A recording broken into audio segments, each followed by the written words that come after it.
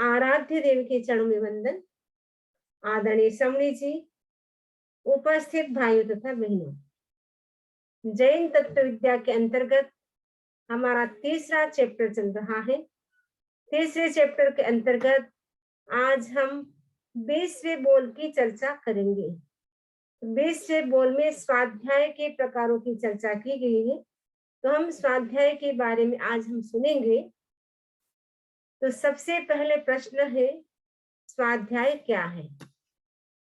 स्वाध्याय का मतलब क्या है? कई लोग प्रश्न करते हैं। तो स्वाध्याय का अर्थ है अध्यात्म शास्त्र का अध्ययन, यानी जो अध्यात्म शास्त्र का जो हम अध्ययन करते हैं उसे स्वाध्याय कहा जाता है।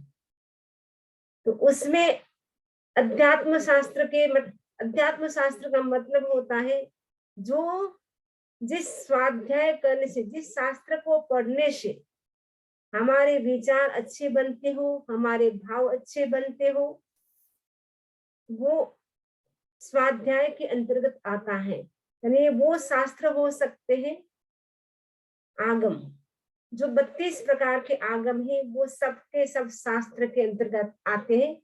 तो जो 32 आगम है उनका जो हम स्वाध्याय करते हैं, या और भी जो अध्यात्म जो शास्त्र होते हैं, मान लो आगम नहीं है लेकिन आगम की ही बातें उसमें बताई गई है, वैसे शास्त्रों का जो हम स्वाध्याय करते हैं वो भी स्वाध्याय के अंतर्गत ही आता है। तो स्वाध्याय का मतलब है अपनी आत्मा का ज्ञान करना कि मेरी आत्मा कैसी है, मेरी आत्मा कैसे प्योर हो सकती है, मेरी आत्मा में अनंत ज्ञान है, उन ज्ञान को मैं कैसे जागृत कर सकती हूँ। स्वस्य अध्ययनम स्वाध्याय है, यानी अपनी आत्मा का स्वाध्याय करना, अपनी आत्मा का ज्ञान करना, वो स्वाध्याय है। हम दूसरों के बारे में बहुत जानते हैं लेकिन अपनी आत्मा के बारे में हम नहीं जानते हैं कि मैं कौन हूँ, मैं कहाँ से आया हूँ, मेरा क्या लक्ष्य है। तो अगर हम स्वाध्याय करते हैं तो ये सारी बातों का हमें नॉलेज होता है। तो स्वाध्याय का मतलब है अध्यात्म शास्त्र का अध्ययन करना। अध्यात्म शास्त्र का मतलब है जो स्पिरिचुअल जो बुक्स होती है उनका हम स्वाध्याय करते हैं, वो अध्यात्म शास्त्र के अंतर्गत आते हैं। तो स्वाध्याय करने से कितना लाभ होता है वो आगे हम सुनेंगे। एक युवक योगी के पास आता है, योगी से प्रश्न किया कि मुझे अपनी लाइफ को अच्छा जीना है और एकदम मैं लाइफ लॉन्ग हैप्पी रह सकूं, उसके लिए क्या हो सकता है, क्या आप बता सकते हैं? योगी ने कहा 3 बातें अगर आपके जीवन में हो, आप लाइफ लॉन्ग हैप्पी रह सकते हैं। उस युवक ने पुनः प्रश्न किया, योगीराज वो 3 बातें कौन सी हो सकती है? योगीराज ने कहा, नंबर 1 सद्विचार, हमारे विचार अच्छे होने चाहिए। पॉजिटिव हमेशा अगर हमारा थिंकिंग रहता है, वह व्यक्ति लाइफ लॉन्ग हैप्पी रह सकता है। अच्छे विचारों को बनाए रखने के लिए हमें स्वाध्याय करना चाहिए, क्योंकि स्वाध्याय करते हैं तो हमारे भाव, हमारे थॉट्स अच्छे बनते हैं। तो हमारे जो नेगेटिव थॉट्स होते हैं, बुरे विचार होते हैं, स्वाध्याय करने से अपने आप दूर होते जाते हैं। तो पहली बात योगीराज ने कही, अगर आपको लाइफ लॉन्ग हैप्पी रहना है, तो पहली बात आपको क्या करना है, हमेशा अपने विचारों को अच्छे रखना है, अपने थॉट्स को अच्छे रखना है, थिंकिंग पॉजिटिव रखना है, तो आप लाइफ लॉन्ग हैप्पी रह सकते हैं। नंबर 2 अच्छी संगति, फ्रेंड सर्कल अच्छा होना चाहिए।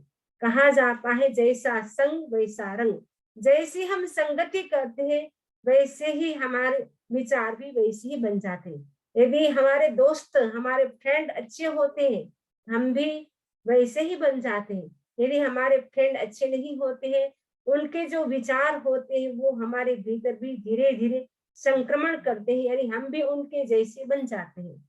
इसीलिए योगीराज ने कहा, अगर आपको अच्छा जीवन जीना है, लाइफ लॉन्ग हैप्पी रहना है, तो हमेशा फ्रेंड है वो अच्छे बनाने, यानी संगति अच्छे लोगों की करना। कभी भी बुरे लोगों की संगति मत करना, जिनमें व्यसन हो, जो बुरे रास्ते पे चलते हो, ऐसे लोगों की संगति कभी मत करना। तीसरी बात कही, सदशास्त्रों का स्वाध्याय, अच्छे शास्त्रों का स्वाध्याय करना।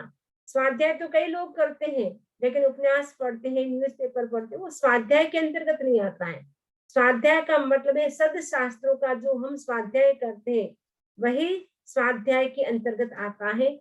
तो योगी राज ने कहा कि 3 बातें तुम अपने जीवन में धारण कर लो, तो लाइफ लॉन्ग तुम हैप्पी रह सकते हो। ये केवल उस युवक के लिए ही नहीं है मैसेज, वो हम सभी के लिए है। अगर हमें लाइफ लॉन्ग हैप्पी रहना है, टेंशन फ्री रहना है, डिप्रेशन फ्री रहना है, तो हमें ये 3 चीजों को सभी को ध्यान रखना है, अपने लाइफ में अपनाना है, अप्लाई करना है। तो पहली बात, हम अपने थॉट्स को अच्छा रखें। दूसरी बात, हमारा फ्रेंड सर्कल अच्छा हो। तीसरी बात, हम सदशास्त्रों का स्वाध्याय करते रहे, प्रतिदिन हम स्वाध्याय करते रहे। स्वाध्याय एक प्रकार की खुराक है। जैसे बॉडी को चलाने के लिए हमें क्या चाहिए, भोजन चाहिए। तो भोजन करते हैं तब हमारी बॉडी अच्छी रहती है, हेल्दी रहती है। वैसे ही हमारे ब्रेन को भी हेल्दी रखने के लिए हमें स्वाध्याय करना चाहिए। जब हम स्वाध्याय करते हैं तब हमारा ब्रेन भी हेल्दी रहता है। यदि हम स्वाध्याय नहीं करते तो हमारा ब्रेन इधर उधर की बातों में भटकता रहता है, फिर नेगेटिव थॉट्स भी आ जाते हैं। व्यक्ति कभी कभी ऐसा बहुत ज्यादा सोचता रहता है, डिप्रेशन में भी चला जा सकता है। यदि हमें अपने ब्रेन को अच्छा रखना है तो उसके लिए भी स्वाध्याय करना जरूरी है। तो स्वाध्याय का बहुत महत्वपूर्ण है। स्वाध्याय कहा जाता है, स्वाध्याय एक ऐसा रसायन है जो व्यक्ति को सही रास्ते पे ला सकता है। स्वाध्याय एक प्रकार का मोक्ष मार्ग है।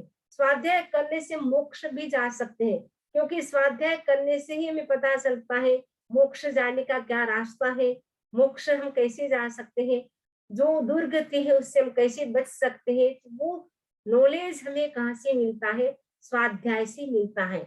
इसलिए स्वाध्याय सभी को करना चाहिए। महात्मा गांधी तो यहाँ तक कहा करते थे, यदि मुझे अच्छी बुक मिल जाए पढ़ने के लिए, फिर चाहे मुझे नरक में भी भेज दो, वहां पर भी मैं हैप्पी लाइफ ही जीऊंगा, वहां पर भी मैं दुखी नहीं होऊंगा। यानी स्वाध्याय करने से व्यक्ति कहीं पर भी चला जाए, वो उसको कोई भी व्यक्ति दुखी नहीं बना सकता है, क्योंकि उसका फ्रेंड है। स्वाध्याय एक प्रकार का मुख है, वो हमारी फ्रेंड होती है। तो अगर हम स्वाध्याय में अगर हमारा मन लगता है तो फिर हमें किसी व्यक्ति की भी जरूरत नहीं। कई व्यक्ति बोलते हैं हम अकेले अकेले बोर हो जाते हैं, बोर होने की कोई जरूरत नहीं। अगर आप स्वाध्याय करना सीख जाए तो स्वाध्याय करने से आपको लगेगा कि हम अकेले नहीं, हमारा फ्रेंड है।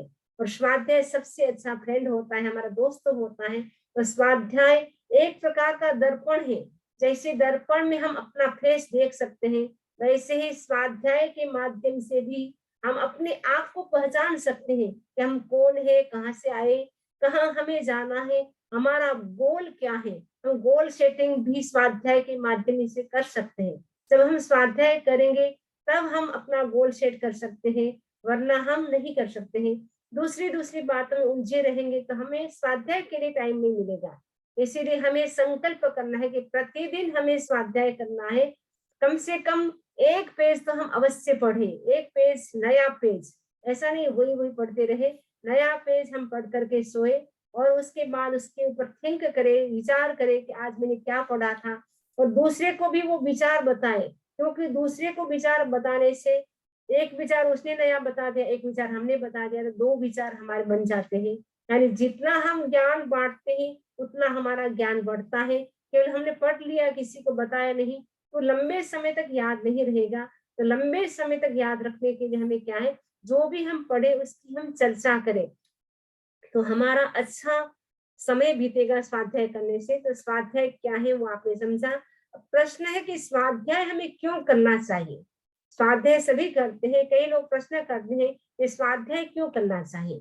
तो भगवान महावीर स्वामी से गौतम स्वामी ने प्रश्न पूछा था कि स्वाध्याय करने से क्या मिलता है। भगवान महावीर स्वामी ने कहा था, सज्जन बनते जीवे किम जड़े, कि स्वाध्याय करने से जीव को क्या मिलता है। तो भगवान महावीर स्वामी ने कहा, स्वाध्याय करने से ज्ञान की प्राप्ति होती है और अज्ञान का नाश होता है। तो ज्ञान प्राप्ति के लिए हमें स्वाध्याय करना चाहिए, क्योंकि जितना हम स्वाध्याय करेंगे उतना उतना नॉलेज हमारा इंक्रीज होता जाएगा, बढ़ता जाएगा। तो यदि हम स्वाध्याय नहीं करेंगे तो हमारा जो ज्ञान है वो भी धीरे धीरे लॉस होता चला जाएगा। तो ज्ञान प्राप्ति के लिए हमें स्वाध्याय करना चाहिए। दूसरी बात बताए, चित्त की एकाग्रता के लिए, यानी अपने मन को, अपने माइंड को कंसंट्रेट करने के लिए हमें स्वाध्याय करना चाहिए। कई लोग कहते हैं स्वामी जी हमारा मन कंसंट्रेट नहीं होता, बहुत ज्यादा विचार आते हैं। तो विचारों को रोकने के लिए हम क्या करें, स्वाध्याय में लग जाए, क्योंकि हमारा मन तो बहुत चंचल है, एक क्षण भी शांत नहीं रहता है, इधर उधर भागता रहता है। उस मन को कंट्रोल करना है, उसके लिए लगाम है स्वाध्याय। स्वाध्याय रूपी लगाम से हम अपने मन को कंट्रोल में कर सकते हैं, वश में कर सकते हैं। तो स्वाध्याय करने से क्या होता है, हमारा जो मन है वो कंसंट्रेट होता है। तो चित्त को कंसंट्रेट करने के लिए हमें क्या करना है, स्वाध्याय करना है। तीसरी बात कही, स्वयं को धर्म में स्थापित करने के लिए। तो भगवान महर्षि स्वामी कहते हैं कि स्वाध्याय करने से हम अपने आप को धर्म में स्थापित कर सकते हैं, और दूसरों को भी हम धर्म का मार्ग बता सकते हैं, यानी धर्म में स्थापित कर सकते हैं। स्वयं भी धर्म में स्थापित हो सकते हैं, दूसरों को भी हम धर्म में स्थापित कर सकते हैं। धर्म में स्थापित करने का मतलब है धर्म का मार्ग उनको हम बता सकते हैं कि हम ऐसा करते हैं, आप भी ऐसा करें, हम प्रतिदिन त्याग करते हैं, आप भी त्याग क्या करें, हम सामयिक करते आप भी सामयिक करें, हम स्वाध्याय करते आप भी स्वाध्याय करें, उससे इतने इतने लाभ होते हैं। तो स्वाध्याय करने से आपको पता चलेगा कि स्वाध्याय करने से क्या क्या लाभ होता है। तो स्वाध्याय करने से हम धर्म में स्थापित होते हैं, यानी हमारा मन धर्म ध्यान में रहेगा। फिर आर्त ध्यान, रौद्र ध्यान हमारा छूट जाएगा। आर्त ध्यान में व्यक्ति क्या करता है, दूसरों की चिंता करता रहता है, और अपनी अच्छी वस्तु है वो हमारे से दूर न हो उसके बारे में वो सोचता रहता है। रौद्र ध्यान में व्यक्ति के जो परिणाम होते हैं, भाव होते हैं, वो बहुत ही क्रूर होते हैं। तो स्वाध्याय करने से हम धर्म ध्यान में स्थापित होते हैं, आर्त ध्यान और रौद्र ध्यान से बच जाते हैं। तो आर्त ध्यान और रौद्र ध्यान की इसकी चर्चा आगे बोल में आने वाली है, 21वें बोल में, तब हम विस्तार से करेंगे। यानी स्वाध्याय करने से हम धर्म में स्थापित होते हैं। और स्वाध्याय हमें क्यों करना चाहिए, जिन शासन की रक्षा के लिए। स्वाध्याय जितना जितना हम सब करेंगे उससे जिन शासन की रक्षा होती रहेगी, क्योंकि जिन शासन को अगर हम पढ़ेंगे नहीं तो हमें क्या पता जिन शासन क्या होता है, जैन शासन में क्या क्या करना होता है। तो जैन शासन में जो शास्त्र है, जो वो उसकी जो परंपरा है वो कैसे चलती है, स्वाध्याय करने से। यदि इतने सारे शास्त्र हैं, कोई पढ़ने वाला नहीं है, तो पढ़े पढ़े शास्त्र क्या होते हैं, चढ़ जाते हैं, खराब हो जाते हैं, और धीरे धीरे वो बुक्स सारी फट जाएगी, तो ज्ञान का लॉस हो जाएगा। उसके लिए जरूरत है कि हम स्वाध्याय करते रहे। स्वाध्याय करने से आगे पीढ़ी में वो विचार, अच्छे विचार है वो संक्रांत होते हैं। यानी आपने आपके दादा से सुना, कि पिता ने सुना, कि पिता ने बेटे को बताया, ऐसे करके वो जिन शासन की परंपरा चलती रहती है। यदि आपने स्वाध्याय नहीं किया तो आप अपने बच्चों को क्या बताएंगे। आप पढ़ेंगे तब आप बच्चों को बता सकते नहीं, बेटा ऐसा करने से ऐसा पाप होता है, ऐसा करने से ऐसा होता है, ये काम करोगे तो तुम्हें निर्जरा होगी, ये काम करोगे तो तुम्हें पाप होगा। तो पुण्य पाप जीव अजीव ये सारा हमें नॉलेज कैसे मिलता है, जो नव तत्व का ज्ञान है वो हमें कैसे मिलता है, स्वाध्याय करने से मिलता है। देव गुरु धर्म पे श्रद्धा हमारी कैसी होगी, जब हम स्वाध्याय करेंगे। गुस्सा करना कितना नुकसानदायक है, क्रोध मान माया लोभ, ये चार कषाय है। वो चार कषाय करने से व्यक्ति कहाँ जाता है, उसका रिजल्ट क्या मिलता है, वो सारा नॉलेज हमें कहाँ से मिलेगा, स्वाध्याय करने से मिलेगा। तो स्वाध्याय करने से क्या होता है, जिन शासन की रक्षा होती है। तो स्वाध्याय करने से सबसे बड़ा लाभ है कर्मों की निर्जरा। तो निर्जरा के 12 प्रकार हैं, उनमें एक प्रकार है स्वाध्याय। तो कई लोग बोलते हैं हम तपस्या नहीं कर सकते, हमारे से उपवास नहीं होता है, हम एकासन नहीं कर सकते। तो भगवान महर्षि स्वामी कहते कोई बात नहीं, आप स्वाध्याय तो कर सकते हैं। स्वाध्याय में आप आराम से खाना पीना सब कुछ कर सकते हैं, सब काम करते हुए भी आप थोड़ा टाइम अपने लिए निकाले, 1 घंटे का समय अगर निकाल लेते हैं अपनी आत्मा के लिए। 24 घंटा है हमारे पास, 24 आवर्स में से हम 1 घंटा अपने लिए निकालें। 1 घंटा अगर हम अपने लिए स्वाध्याय के लिए निकालते हैं, आपको भी बड़ी पीस की अनुभूति होगी कि हमारा जीवन है सफल हो गया। स्वाध्याय करने से आपको भी आनंद की अनुभूति होगी कि स्वाध्याय हम आप स्वयं करेंगे, दूसरों को भी कराएंगे तो आपको भी कर्मों की निद्रा होगी। आप अनुमोद ना करें, हम भी करते हैं, आप भी आइए क्लास में आइए, आप भी स्वाध्याय करें। तो स्वाध्याय करने से क्या होता है, कर्मों की बहुत ज्यादा निद्रा होती। अनादि काल से हमारी आत्मा पर इतने सारे कर्म का कचरा लगा हुआ है, तो उन कचरे को साफ करने के लिए हमें क्या करना है, स्वाध्याय करना है। आपके घर में जब कचरा भर जाता है, आपका घर जब गंदा हो जाता है, आप क्या करते हैं, उसको साफ करते हैं, झाड़ू झाड़ू से क्या करते हैं, क्लीन करते हैं, वैक्यूम करते हैं। तो वो जब आप कर लेते हैं, उसके बाद आपको कितना अच्छा लगता है, आज कितना घर फ्रेश लग रहा है, कितना अच्छा लग रहा है। वैसे ही आप स्वाध्याय करें। स्वाध्याय एक प्रकार का झाड़ू है, आत्मा पर लगे हुए कचरे को दूर करने का माध्यम है स्वाध्याय। तो स्वाध्याय से हमारी आत्मा पर जो अनादि काल का इतना कर्मों का मेल जम गया है, उस मेल को क्लीन करने का माध्यम है स्वाध्याय।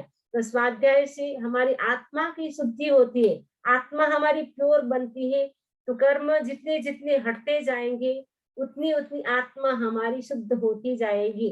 तो कर्मों की निर्जा करने के लिए हमें क्या करना चाहिए, स्वाध्याय करना चाहिए। आपको 5 बातें याद होगी कि ज्ञान प्राप्ति के लिए स्वाध्याय करना चाहिए, पहली बात। दूसरी बात है चित्त की एकाग्रता के लिए। तीसरी बात स्वयं को धर्म में स्थापित करने के लिए।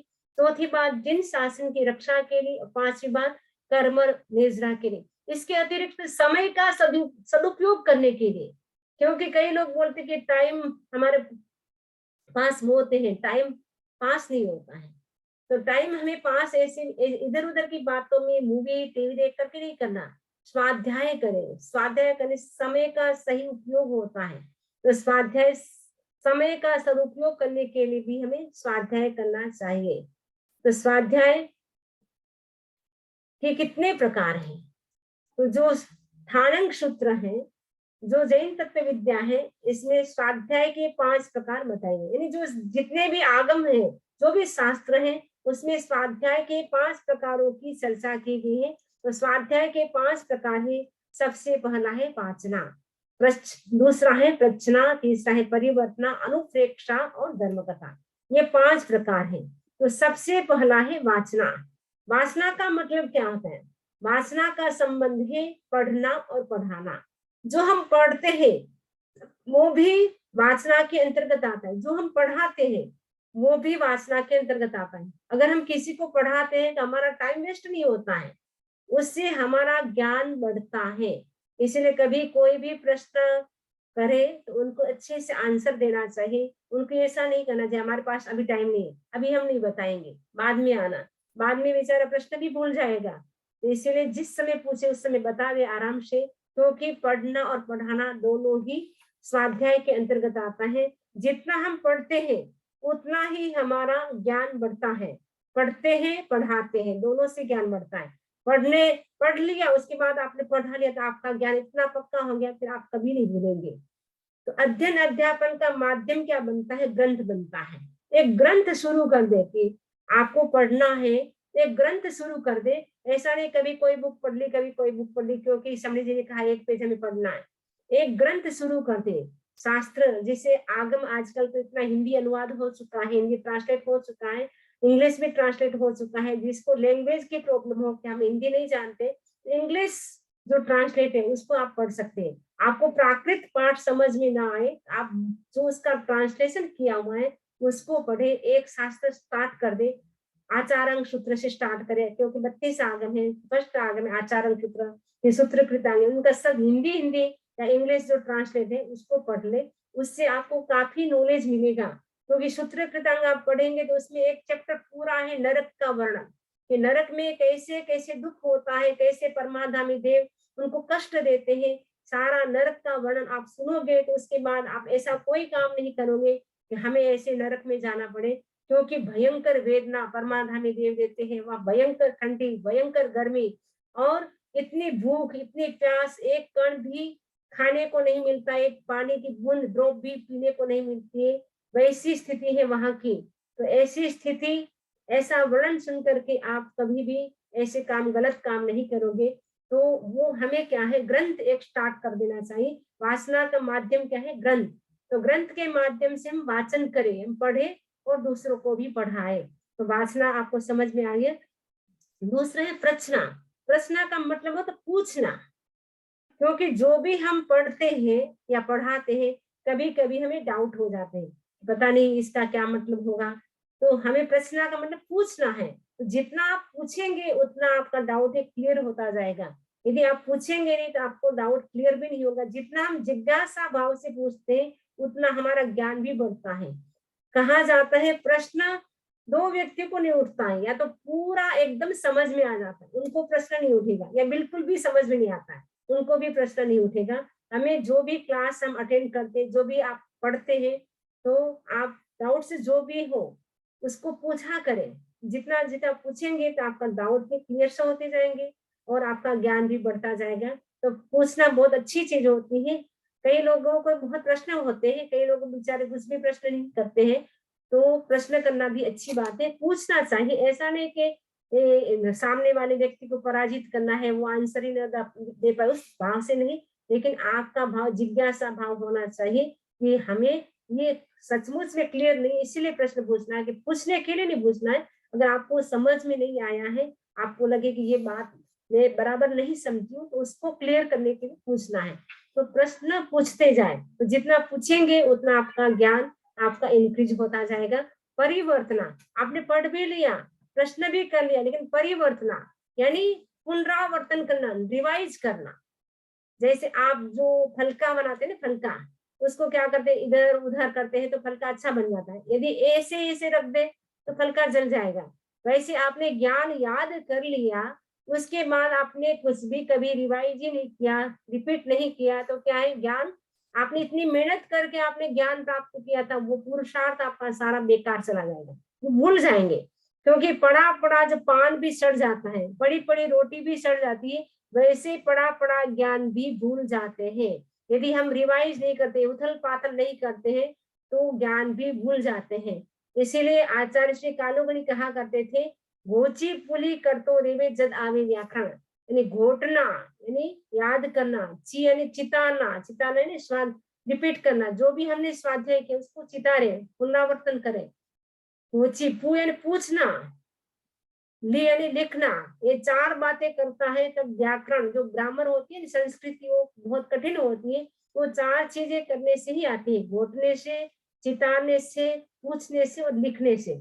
तो परिवर्तना का मतलब होता है बार बार रिवाइज करना, रिपीट करना। जो भी आप पढ़े, जो भी सुने, उसको बार बार चितारते रहे, एक दूसरे को बताते रहे। आपने सपोज जैन तत्व विद्या के लगभग 3 चैप्टर हमारे कंप्लीट होने वाले हैं, आप सुनते भी हैं, क्लास बराबर आते हैं, यदि आप रिवाइज नहीं करेंगे तो इतना सारा आपने क्लास में टाइम लगाया, वो टाइम क्या होगा, आपका बेकार चला जाएगा। क्योंकि हम रिवाइज नहीं करते हैं तो एक बार सुनने से हमें याद नहीं होता, बार बार हम उसको पढ़ते रहे, पुनरावर्तन करते रहे, रिवाइज करते रहे, तो वो ज्ञान हमारा एकदम पक्का हो जाता है। क्योंकि एक बार सुनने से एक थोड़ी देर के लिए तो याद हो सकता है, लेकिन 1 घंटा 2 घंटा के बाद हम भूल जाएंगे। तो लंबे समय तक याद रखने के लिए जो बात जिस दिन सुने, उस बात को कम से कम 3 बार अवश्य दोहराए, कि आज सुबह हमने क्लास में क्या सुना था, तो सुबह क्या सुना था, उसके बाद वापस दोपहर में चिंतन करें कि हमने क्या सुना था, रात को सोने से पहले एक बार चिंतन करें, आज हमने ये बात सुनी थी। तो आपका ज्ञान पक्का हो जाएगा। फिर दूसरे दिन दूसरों को बता दे तो आपका ज्ञान एकदम पक्का हो जाएगा। लाइफ लॉन्ग आपको वो बात याद रहेगी जो सुनी है, जो पढ़ी है। तो परिवर्तना का मतलब है जो भी हमने सीखा है उसको बार बार क्या करना, रिपीट करना। परिवर्तना समझ में आ गया, परिवर्तन यानी रिवाइज करना बार बार। नेक्स्ट है अनुप्रेक्षा। अनुप्रेक्षा का मतलब है चिंतन मनन करना, यानी धर्म ध्यान के बारे में चिंतन मनन करना। जो धर्म ध्यान है उसके बारे में, ध्यान के बारे में, धर्म ध्यान की जो अनुप्रेक्षाएं हैं, 12 अनुप्रेक्षाएं हैं। तो 12 अनुप्रेक्षा जैसे अनित्य, असरण, एकत्व, अन्यत्व, ये 12 अनुप्रेक्षा हैं। उनके बारे में चिंतन मनन करना, ये शरीर अनित्य है, ये शरीर अभी है लेकिन पता नहीं थोड़ी देर के बाद क्या हो जाए, कोई भरोसा नहीं। ये शरीर हमारा अनित्य है, संपत्ति अनित्य है, संबंध अनित्य है, ये सब कुछ टेम्पररी है। परमानेंट कुछ भी नहीं है। परमानेंट तो हमारी सोल है, बाकी सब कुछ टेम्पररी है। ये हमारे जो संबंध है वो भी टेम्पररी है, हमारे पास जो संपत्ति है वो भी टेम्पररी है, और हमारी बॉडी भी टेम्पररी है। तो अनित्य में ये चिंतन करना है। असरण भावना में कि कोई भी हमें बचा नहीं सकता है, कोई भी हमें त्राण नहीं दे सकता है, कोई भी व्यक्ति हमारी रक्षा नहीं कर सकता है। आपके पास बहुत सारा धन है, लेकिन जब व्यक्ति की मृत्यु आती है तब धन भी नहीं बचा सकता है, फैमिली भी नहीं बचा सकती, कोई भी आपको बचा नहीं सकता है। ऐसे आपको अनुप्रेक्षा में क्या है, चिंतन करना है। अनित्य, असरण, एकत्व आदि अनुप्रेक्षाएं, 12 अनुप्रेक्षाएं, उनके बारे में बार बार चिंतन करने से क्या है, हमारी आत्मा वैसी भावित हो जाती है। वरना हम क्या सोचते हैं, ये मेरा बेटा, ये मेरा पोता, ये मेरा घर, ये मेरा बैंक बैलेंस, मेरा मेरा करते रहते हैं। लेकिन आपने अनित्य अनुप्रेक्षा का चिंतन कर दिया तो आप क्या सोचेंगे, ये सब कुछ टेम्पररी है। उसके बाद यदि कुछ नुकसान भी हो जाए तो आपको दुख नहीं होगा, क्योंकि आप सोचेंगे ये सब टेम्पररी है, कोई बात नहीं, अभी छूट गया, मृत्यु के बाद तो मुझे छोड़ना ही ऐसे ही था, तो अच्छा हुआ कि पहले ही मेरे सामने ही छूट गया। तो आप दुखी नहीं होंगे। वरना व्यक्ति दुखी हो जाता है, सोचता है ये सब कुछ मेरा, मैंने इतनी मेहनत करके कमाया, अब कैसे ऐसा नुकसान हो गया। बहुत व्यक्ति दुखी हो जाता है, कभी कभी डिप्रेस हो जाता है। तो अगर अनुप्रेक्षा का आपने चिंतन कर लिया, अनित्य, असरण आदि जो 12 अनुप्रेक्षा है, उनका आपने चिंतन कर लिया, तो आप कभी भी दुखी नहीं होंगे। बहुत ही अनुप्रेक्षाएं बहुत ही अच्छी है। तो ये चिंतन मनन उसका बार बार हमें करना है। 5वीं है धर्म कथा। धर्म कथा में क्या करना है, 4 प्रकार की कथाएं होती है। एक स्त्री कथा, राज कथा, देश कथा और भक्त कथा। एक होती है धर्म कथा। तो हमें क्या है, कई लोग क्या करते हैं, स्त्री के बारे में ही कथा करते रहते हैं, नहीं अमुक की लड़की ऐसी, अमुक की वाइफ ऐसी, अमुक बहन ऐसी है, तो स्त्री कथा हो गई। और भक्त कथा का मतलब भोजन के बारे में, आपने क्या खाना बनाया था, हमने ये बनाया था, कल हम ये बनाएंगे, यानी भोजन के बारे में चर्चा करना, वो भक्त कथा होगी। राजकथा का मतलब होता है राजनीति में क्या क्या चल रहा है, आजकल राजनीति में क्या चल रहा है, उसके बारे में न्यूज सुना, उसकी जानकारी रखना, वो राजकथा हो गई। और एक है देश कथा, देश के बारे में क्या चल रहा है, तो देश के बारे में जानकारी रखना, वो देश कथा हो। एक है धर्म कथा, यानी धर्म की कथा करना। ये जो 4 कथा है उनसे हमें दूर रहना है। यानी थोड़ी बहुत ठीक है आप रहते जानकारी करें, लेकिन सारा दिन उसी की चर्चा करते रहे वो नहीं। थोड़ा बहुत रहते संसार में नॉलेज भी जरूरी है कि देश में क्या हो रहा है, राजनीति में क्या हो रहा है, लेकिन दिन भर उसकी चर्चा नहीं करना है। धर्म कथा की चर्चा आप दिन भर कर सकते हैं, क्योंकि इससे क्या होगी, कर्मों की निद्रा होगी। बाकी जो कथाएं हैं उससे तो कर्म का बंध ही होगा, इसलिए उन कथाओं से हम बचते रहे और धर्म कथा हम करें। जितनी हम धर्म कथा करेंगे, तो धर्म कथा करने से क्या होगा, हमारे कर्म की निद्रा होगी। यानी स्वाध्याय करना वो भी धर्म कथा के अंतर्गत आ जाएगा। आप जो क्लास अटेंड करते हैं, व्याख्यान सुनते हैं, क्लास सुनते हैं, वो सब कुछ धर्म कथा है। और धर्म की बातें करते हैं वो सब धर्म कथा है। उसके अतिरिक्त संसार की जो भी बातें होती है उससे कर उसको विकथा कहते हैं, तो उससे कर्म का बंध होता है। ये स्वाध्याय के 5 प्रकार है, आपको याद हो गया। वाचना नंबर 1, नंबर 2 पृछना, वाचना पृछना, नंबर 3 परिवर्तना, और नंबर 4 अनुप्रेक्षा, और नंबर 5 धर्म कथा। ये 5 प्रकार है। अब नेक्स्ट है कि हम जो स्वाध्याय करते हैं, कई लोग प्रश्न करते हैं कि संध्या काल में स्वाध्याय क्यों नहीं करना चाहिए। त्रिसंध्या मानी जाती है। पूर्व संध्या यानी सनराइज होता है वो, उसको भी संध्या बोलते हैं। पश्चिम संध्या यानी सनसेट का जो टाइम होता है वो भी संध्या काल माना जाता है। अपराह्न संध्या यानी दोपहर का जो आफ्टरनून का टाइम होता है वो भी संध्या का काल होता है। त्रिसंध्या होगी, पूर्व, पश्चिम, अपराह्न, यानी मॉर्निंग का टाइम, आफ्टरनून का टाइम और सनसेट का टाइम, ये 3 संध्या मानी जाती है। और अर्धरात्रि आधी रात का जो टाइम होता है, ये 4 टाइम में हमें स्वाध्याय नहीं करना चाहिए, शास्त्र का स्वाध्याय नहीं करना चाहिए। उस समय हम मंत्र कर सकते हैं।